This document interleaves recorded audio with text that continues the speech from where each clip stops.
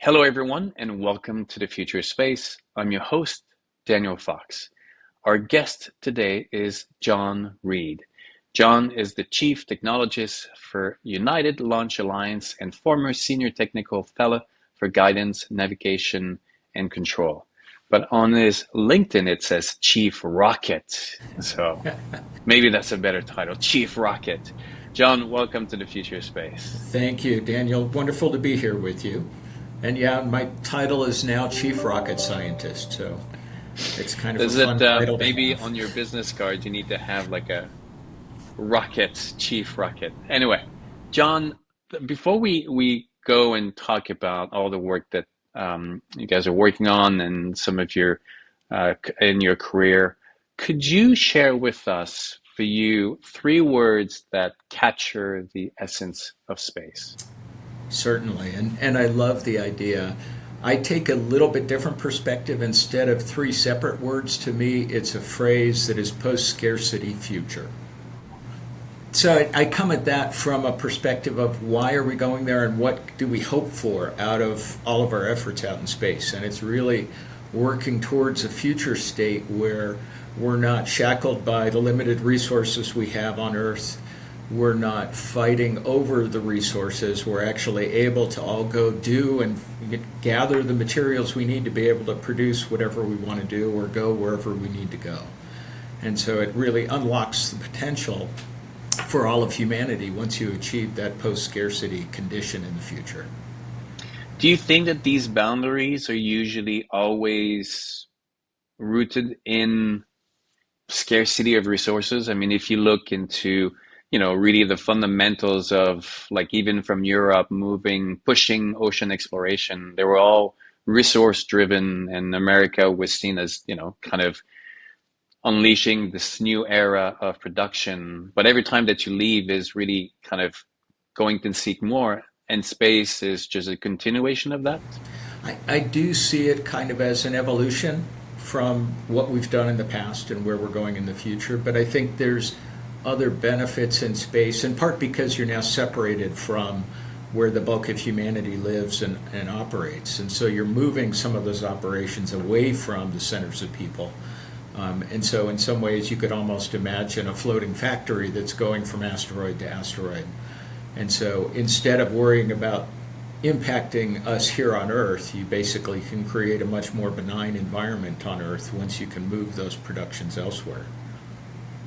I did actually write about how space would be the best thing that can happen to Earth and the planet, and for the reason that, and I made the parallel of one of the reasons why we have a house and we can kind of have a backyard and make it pretty with little trees and flowers is because everything that we need and everything that we create is outsourced and taken somewhere else, right? Or the place, I don't have to have a plan in my backyard or energy or a garden. Everything comes from somewhere else, right?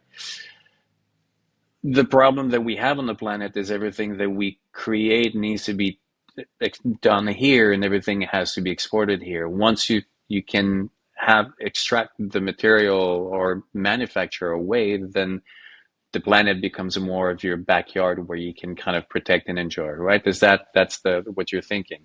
Yeah, that's a big part of what I'm thinking. And I think it also opens the aperture on opportunity, right? Now you could go somewhere else. You could go live in space. You could go have a future on Mars or wherever. And so it then also says, I'm not just limited to the surface area that we like to live on here. It opens the aperture on other living conditions that you can imagine for humanity moving forward. So it kind of ticks all the boxes in my mind for how we ended up in the circumstances that we have here today. I'll also say I come at it from having spent the bulk of my life in Colorado. We have lots of mine tailings here, and so I'm very cognizant of sustainable use of the resources and not leaving messes for the next generation to clean up. And so we want to make sure we're being responsible as we move out, but we have that opportunity with a brand new playground, as it were. Now, you understand the story of technology when it comes to space. You understand the story of science when it comes to space. You've just hinted on the all the resources and post scarcity. But what would be the story of the human story of going to space? As I think about space in general and all of our careers pursuing this, we really stand on the shoulders of others. And so there really has been that chain of progression. The thing I like to remind people is those that came before us were normal people too. They were bright for their time, but they weren't any brighter than the brightest people we have. And I look at the next generation and see even more potential there. So I think what it really is it's an evolution of bringing each of our stories and unique experiences to bear to work together and collaborate to achieve things. And so if you think about how we're moving forward that way, then you can look backward and see that there really has been that evolution as humanity moved out of Africa into other continents, as we finally figured out how to navigate waters and could go extract resources from the ocean, as we learned how to sail and create trade routes. You end up with this constant expansion, and this is just that next step in the evolution of the species moving outward. Do you think that the public is challenged a little bit to understand that next move just because of the scale of what that move is, or that narrative of abandonment has always existed, whether it's when you leave your village, when you leave the family, right? We can even bring it down to the sibling that leaves the family to go to the big city. There's always a sense of like, well, you left us because we're not good enough for you. You like New York is better. Do you think that narrative has always existed, or I do think that narrative. I see it in my family too, right? I live in Colorado. My parents and one sister still are in Massachusetts, where I was born. And it's like, no, I want to go do cool things, so I'm moving on. And so it is always that tension between that you still want to be connected to, right? As well as needing to move on and go do things that you think are important.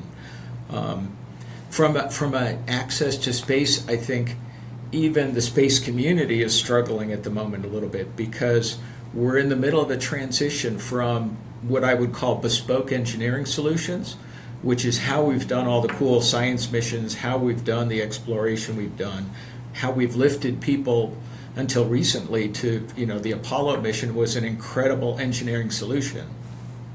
But we're really entering into an era of commercial services and infrastructure, where you're moving the concept of the building blocks from the surface of the Earth out into low Earth orbit and then beyond to the moon.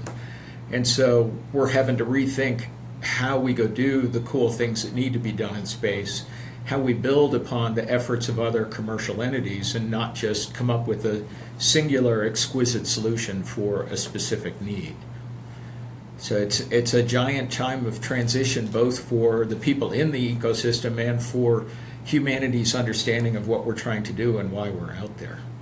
did you think that we would get to where we are today? I mean, I would love to hear also, your motivations that got you into the space industry, but also from the beginning of all the challenges that over the years we've had. I mean, I'm extremely cognizant that the gap that we've had with the moon was not necessarily, because we wanted to. It's just because the incentive to invest there were not exist like right. They were not commercial. You didn't have the people or the right motivation to go. Now we have, so it's better.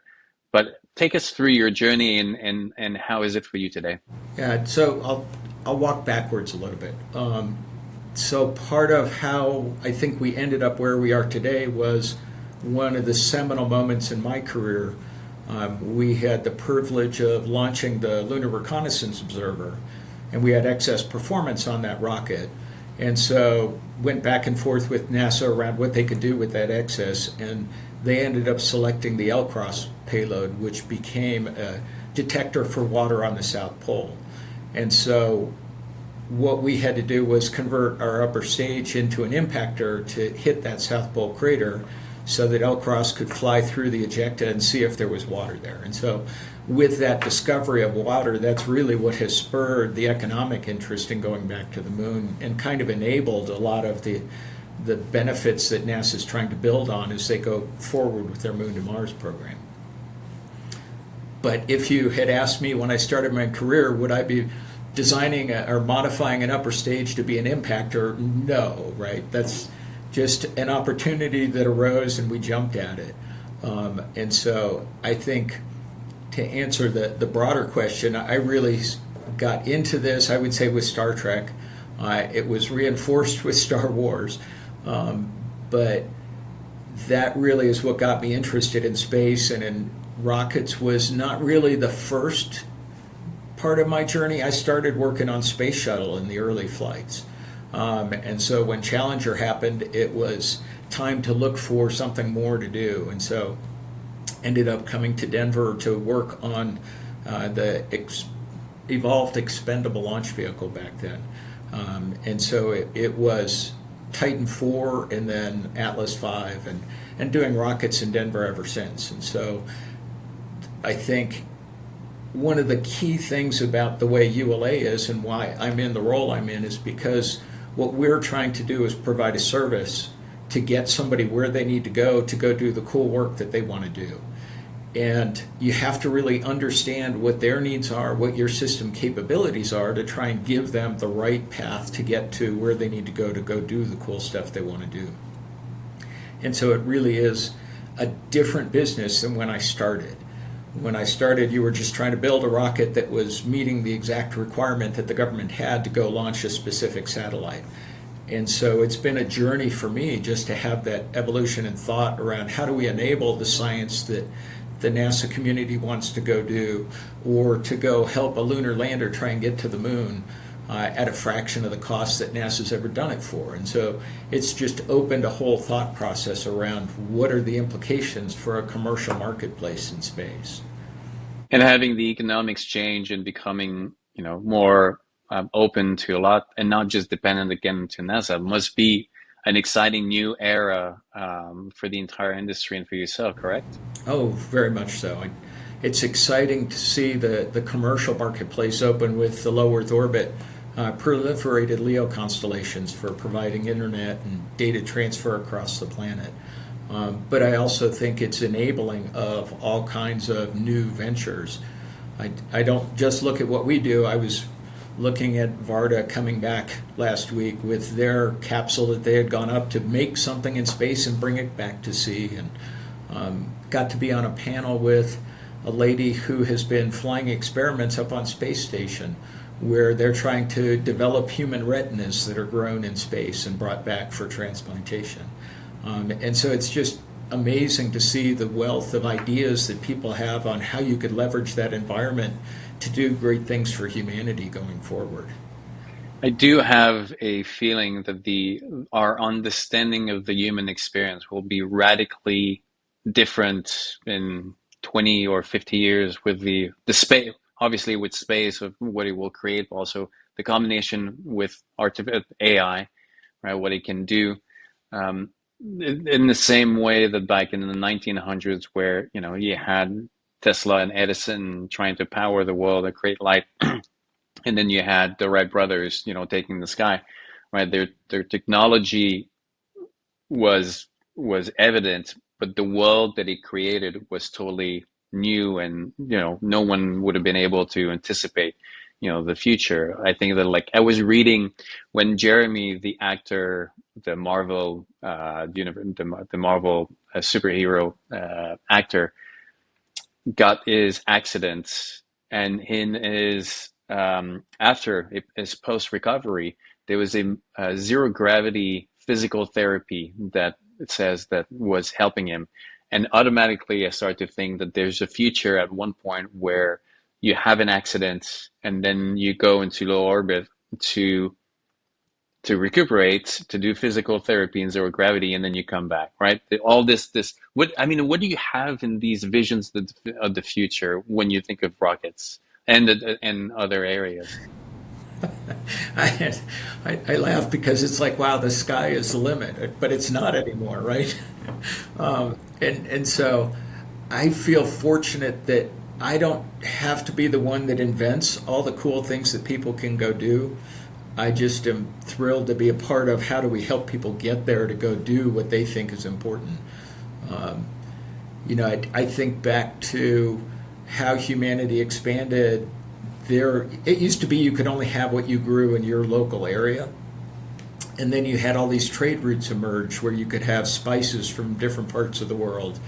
And I don't think if you had asked anybody back in that little village, is there something cool that you would like to eat based on foods that you don't have, you can't even imagine what that might be. And so, in some ways, I'm just excited to see as people move out and start to do things in space, what are the clever ideas that they come up with, or the things that they grow, or, there's this. It really is an open-ended, anything's possible kind of time right now. It's kind of cool. In that vein of like everything is possible and it is really cool, there's also there's a belief that space is going to create um, this new world where everything is possible. But at the same time, there's the reality of these different the plans are different from different nations, right? The Chinese have their own agenda, and the moon, the legal aspect of the moon and space, we have to anticipate that there will be conflicts, and we have to give ourselves the tools to negotiate and to avoid that, right? This is also a really important discussion that we need to have. Oh, it very much is. And you're right, there's still lots of legal issues, there's treaty issues, and there's really just worldview issues that we've got to work through.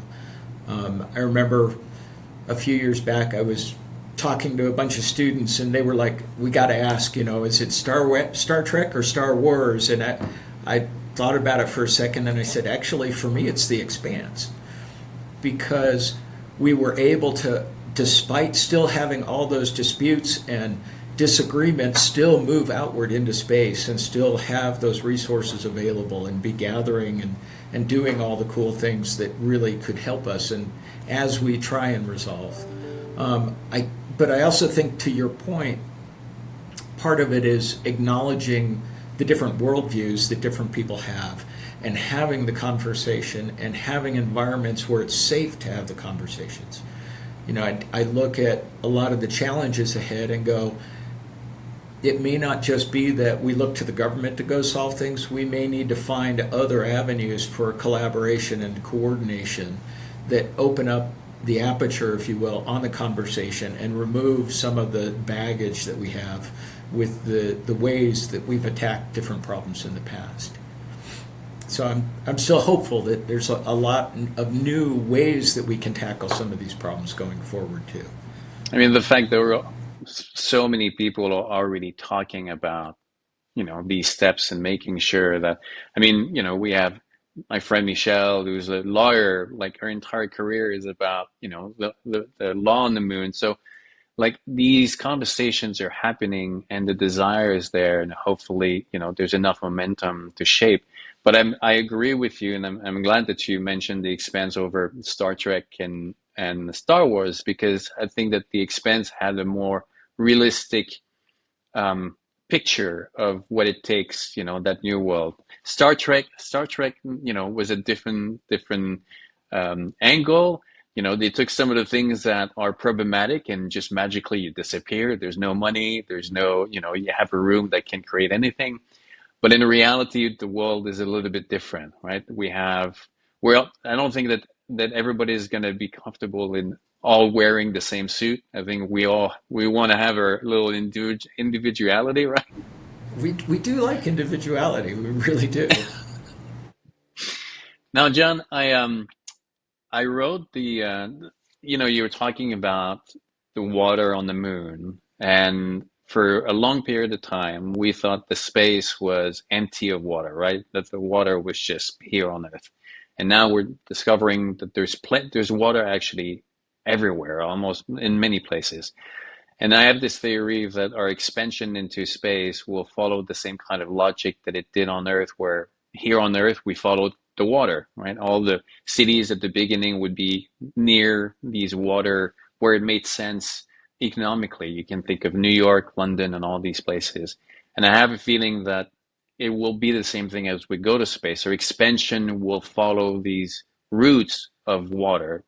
Is that like the is that something that you do you think will kind of will be the same thing in space?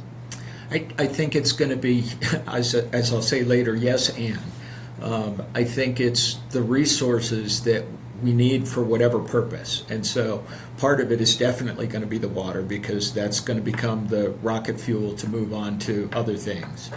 And so I think there'll be way stations wherever there's ubiquitous water supply that can be easily harvested and converted. But I also think you're going to end up with not just stations at the moon, you'll have waypoints where it's relatively easy to get to and from. So like the Lagrange points in Earth orbit, or there'll probably be other places within the asteroid, near Earth objects and that kind of thing. That the other thing that I've really been thinking about lately is I think there's kind of a confluence of different endeavors that are all coming together at this time. One of those that I hadn't really thought of until this last year was the commercial LEO destinations that NASA's standing up are really giving us our first foothold on how do you do operations in space in a commercial way. And so by having that learning that's going on there, that stands you up the ability to take that learning and bring it to the moon to do an operations center at the moon where you're then harvesting the water and creating fuel. And once you have that, then you've got the building blocks you need to be able to start to go on to the near-Earth objects. The other thing that's going on is the whole, NASA stood up a consortium called COSMIC. But that consortium is really focused on in ISAM, in space, servicing, assembly, and manufacturing. And having that manufacturability in space is really going to let us build vehicles and vessels in a completely different way that don't have to be lifted from the Earth. And so that then opens up the ability of envisioning different vessels, different ways of producing things in space that we really can't do today because you'd have to build a factory here and fly it up into orbit. And so with those two things going on, I think you've got a convergence that lets you start to imagine completely different structures and vessels and systems once we get up there and start to move outward. In terms of technology, there if you go back, into the past, whether like the other day I was flying over New York and I was looking at the Manhattan and the skyscrapers and the lights and trying to imagine the first explorer who landed, New York, the Italian. Like if you went back and you told them, listen, this is going to happen in the future, like they would not be able to connect the dots. What do you think are these big technologies that will redefine? In terms of engine, right? Rocket engine. We need that leap. We need something else that will propel the next era. Like so, when you think of these technology, what are the couple of technologies that need to radically change for that next expansion?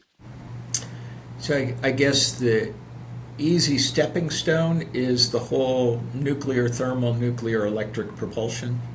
But I think those are, again, necessary but not sufficient. And so I've seen a couple students writing papers on ways to liquefy uranium so that you can get to an even hotter thrust. What it comes down to is right now we've got solar electric propulsion that gives you very high ISP in the 2,000 second range, but it's very low thrust. And so that ends up meaning that you're spiraling away instead of being able to accelerate and decelerate on the journey. And so we need to find a way to get the thrust level up. And so having those kind of nuclear energy levels, but at a high thrust capacity coming out of the engine is what really completely upends the approach we take to maneuver around the solar system. Right now we're still doing Holman transfers the way the Holman himself figured it out way back when, where it's an elliptical path between two bodies in an orbit around the sun. And so that's optimal for getting there, but it's very time intensive. And so once we can get these high thrust, high ISP solutions, you start to be able to then just accelerate all the way to Mars and decelerate as you're approaching, and change that time vector to be days and weeks instead of months to years. And I think that will be the game-changing transformation that we'll make. It's not necessarily the Epstein drive from the expanse, but it's a big step forward to being able to effectively move things back and forth across the solar system. Because we can't the principles of how technology has evolved, from the past to today are not going to be different as we move forward, right? Back in the days, often, when I meet people in conferences, I remind them, try to put yourself 50 years, 75 years, how long it would have taken from where you are, from Europe, to get to this place, right? You would have taken the horse, I don't know, a horse to a ship, to a boat, and then sailed across, and then, again, and it takes months. And in those days, it would have been impossible to imagine a time where you just hop on the plane and then 2 hours later you're there. We have to look into the future in that same way, that it might seem impossible right now, but there is a future where these distances will be done in the same kind of, let's go for the weekend, and that's possible.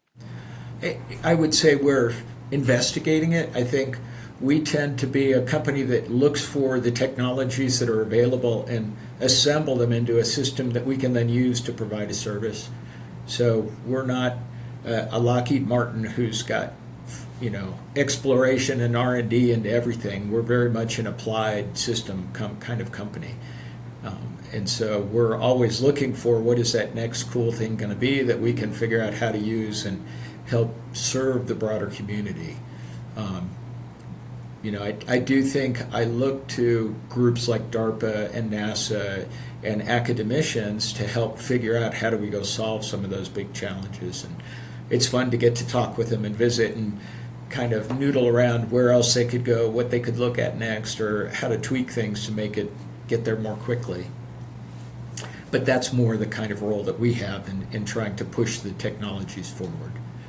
And what is next? Are you in a position to share, like, when is your next launch, or some of the next products that are coming online? Certainly. So it's kind of cool. As I'm sure you're aware, we just launched our new Vulcan rocket. The first launch service we did with that system was to fly one of the CLIPS landers to the moon, as well as having a secondary payload that went into the heliocentric, so it's now in orbit around the sun forevermore. The second flight that we're going to do is to launch Crew, the CST-100, that Boeing's crew vessel is going to be launched coming up this next quarter. And pretty quickly we'll get into a cadence where we're just launching. By next year, we should be up to every other week we'll be launching another rocket with another payload going somewhere. And so it's been kind of a very, hurry up and wait, and eventually you get there and you get it off, and we start to accelerate really quickly here forward. I think we kind of designed Vulcan with knowing that the market is growing and changing. And so when we built the Titan IV, when we built the Atlas V, it was, you're going to go build a bunch of these and you're going to operate them for the next number of years, and then you may do an upgrade, and then you'll launch them for a while longer, and then we'll go on to something else. And we've tried to really build this with the mind towards, we don't know what the needs of the market are going to be, and so we need it to be evolvable and be able to bring new capabilities to the marketplace. So one of those that we're working towards is being able to bring the engines back and reuse the engines so that we can get better cadence and lower cost going forward. But we're also off looking at what would it take to create additional capabilities for the market in space. So there's just so many different vectors right now that are of interest to different elements in the marketplace. It's an exciting time to try and figure a path forward here. And sometimes when you run out of ideas, you go see the students the same ones that are writing papers about liquefying uranium to see if they have other ideas.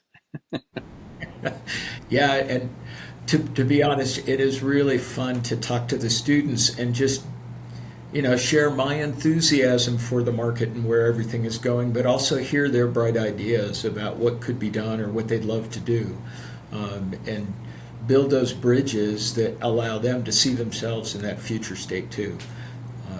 It is amazing the talent that we're growing through the school systems and the universities. So I can't wait to see the impact that they're going to have on the future for all of us in space. There is a I'm looking forward for that future where there's going to be such a big pool of knowledge, right? If you look back into the past, knowledge was often kind of limited to a very small circle. And now, we're 8 billion on the planet. Let's say that there's 1 billion, that is waking up trying to find solutions. In the future, where we're going to be 10, 15, that pool of individuals that are trying to find solutions is just getting more, bigger and bigger. And these solutions, I guess the curve is just going to get like sharp, like higher and higher, right?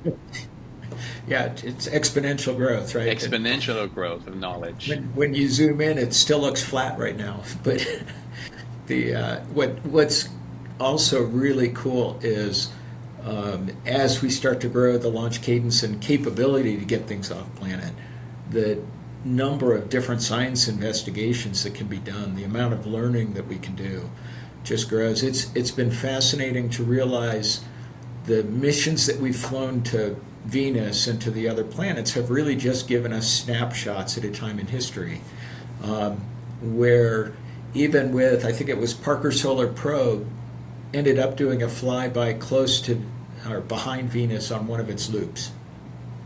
And they were able to gather data unlike anything they had gathered in the past, just because of the unique path that it took and the encounter it had with Venus's magnetosphere. And so they gained new understandings just from that one pass through. And so once you can start to send a whole train of satellites to go do different investigations, it's going to leapfrog our understanding of just the physics of how the whole solar system works immeasurably.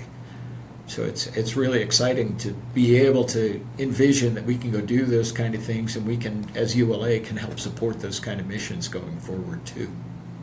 One thing that I had never thought of until I saw it was when we saw photos of Jupiter, or was it Saturn, but from the poles, right? We had always seen these planets always from the side view, and then we looked at them, and then from looking from underneath or from the poles, you realize, oh my God, that's right, it's really different.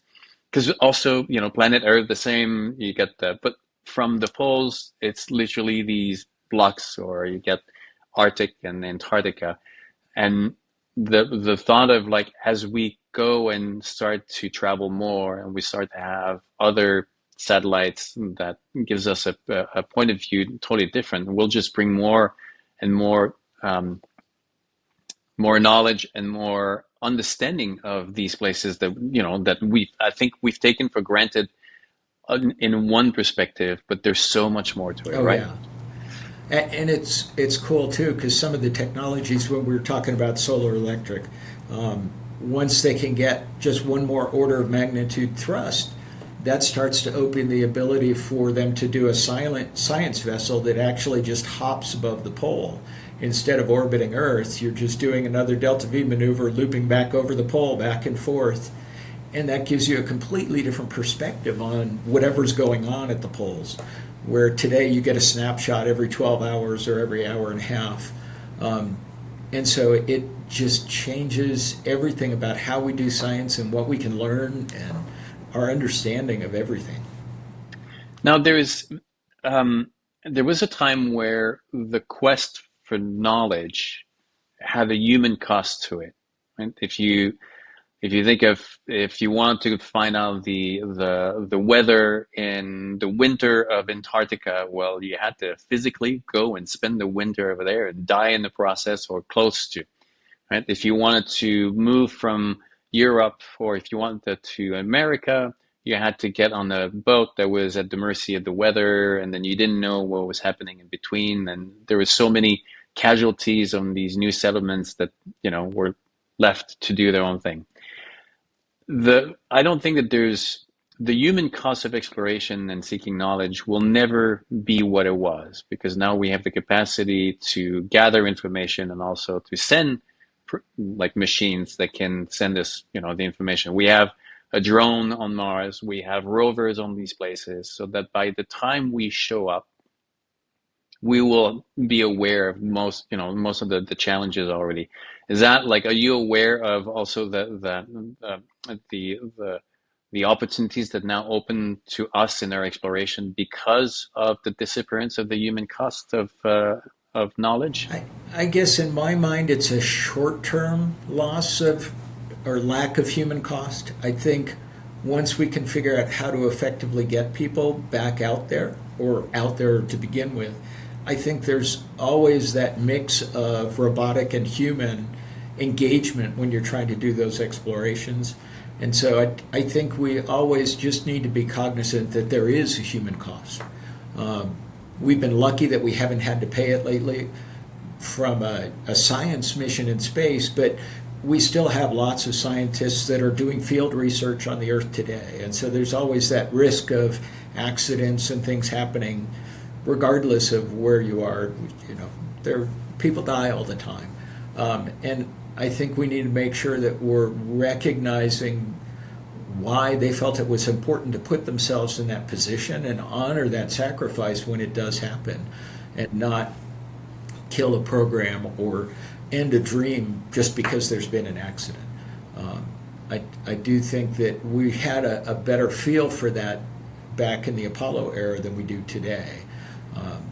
But I do think that there are lots of people that would love the chance to go out and be flying around Venus and doing research and being able to quickly reconfigure what science they're trying to do or what instruments they're using.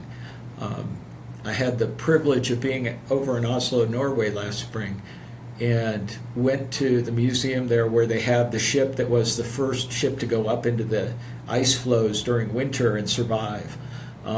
And recognizing one of those crew members was basically an instrument maker. And so he would be building whatever tool they needed to gather, whatever scientific insight they needed in situ in real time. It's like that was why he was there for 2 years of his life. And recognizing that there was real value in having those people there doing the work that they went there to do is kind of like, I can see how that's going to carry forward once we can get people into space and send them where they want to go learn and do things. So I think we've been fortunate for the last a few decades at not having to worry about losing people, but I think it's a logical fallacy to assume that we won't lose people in the future. No, absolutely. And talking about risk, would you, if you had the chance to go to the moon or to the space station, would you take it?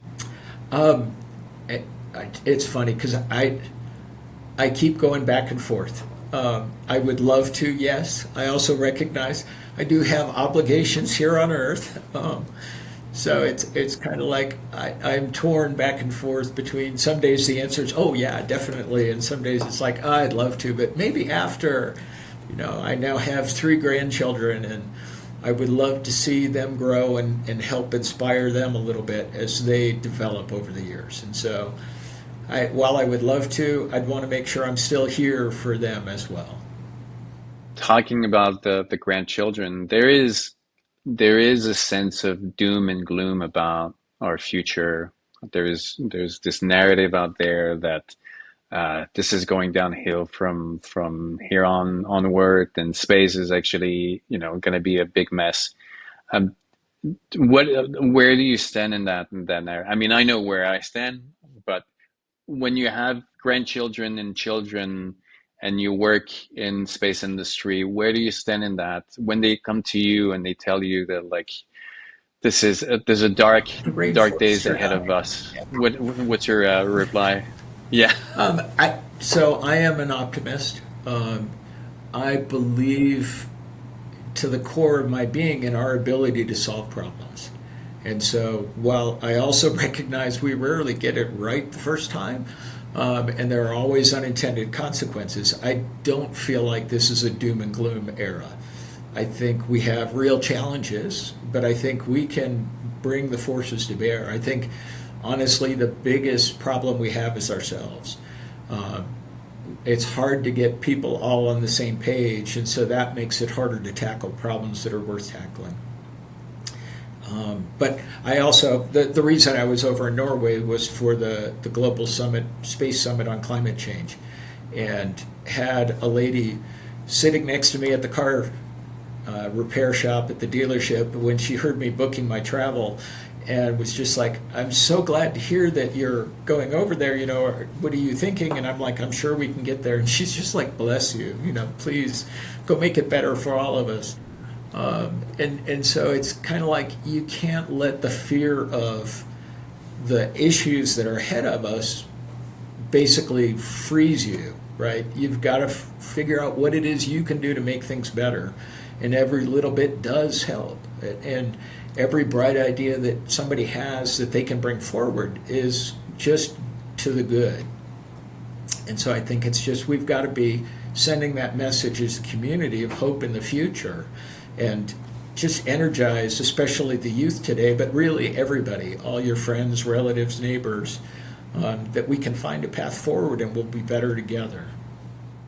I agree with you. I think that, I mean, I said earlier, I know where I stand because that is where I stand. I think that I'm in love with the human story because we have a capacity to rise. In fact, we rise in the work. We need that tension. We need that deadline to come together and to find solutions. And the fact that we're 8 billion on the planet is not because we're a bad species, it's because we're tremendously good at figuring out a way forward. It's just that life is messy by design, right? You can't find innovations without making mistakes. And sometimes, you have two teams who will do exactly the same thing. One will figure it out. One will get to the summit, and then the other one will fail in the process. So it's really hard to move forward and finding these solutions. But ultimately, this is what we do. We find solutions.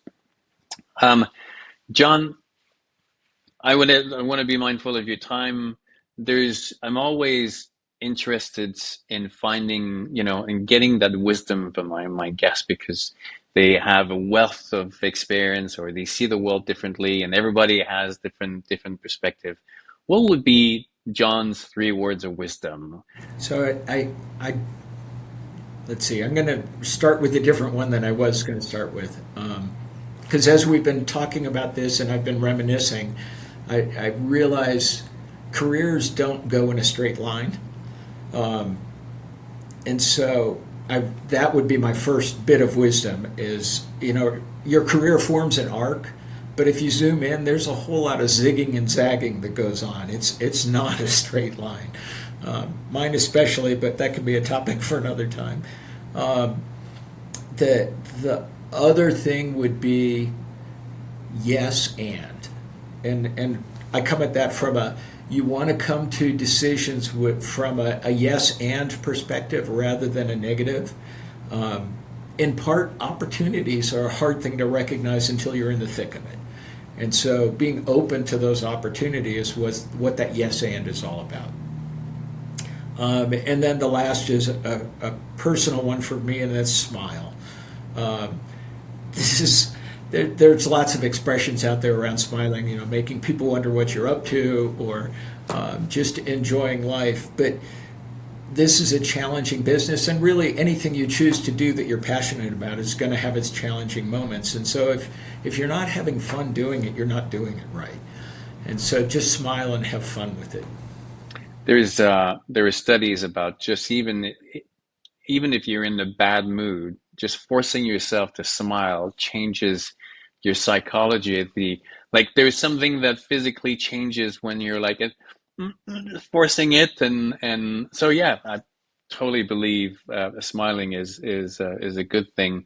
The I was recently writing about the difference between the word can't and how I can or I can't do something, there's no longevity to these words, right? There's really, it's a statement of what is possible and what is not possible, but there's nothing after, right? When you were saying yes and the way that I like to reframe it is like it doesn't work or it works, because it doesn't work implies that there's a way of working, so you just have to figure it out.